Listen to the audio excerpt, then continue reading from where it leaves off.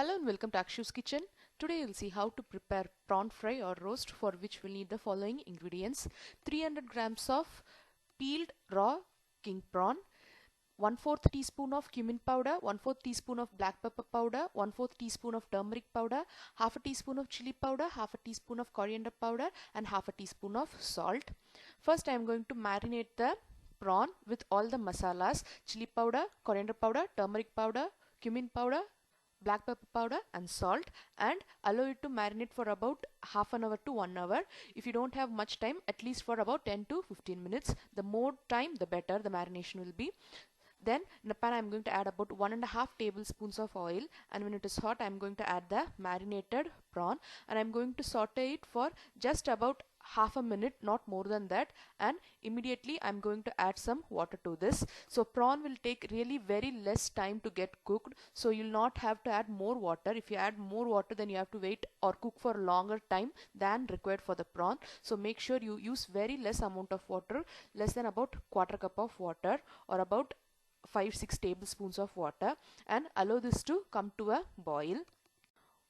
Maintain a high flame throughout, and once it starts boiling, give it a light mix and allow it to cook for about 2 minutes or until the water in this mixture is completely dried or absorbed. So just about 1.5 to 2 minutes after that, you can see it has begun to reduce and the prawn is almost 75% cooked, and you still have to cook for another 1 minute so that it gets completely dried and you get a fry texture or a roast texture.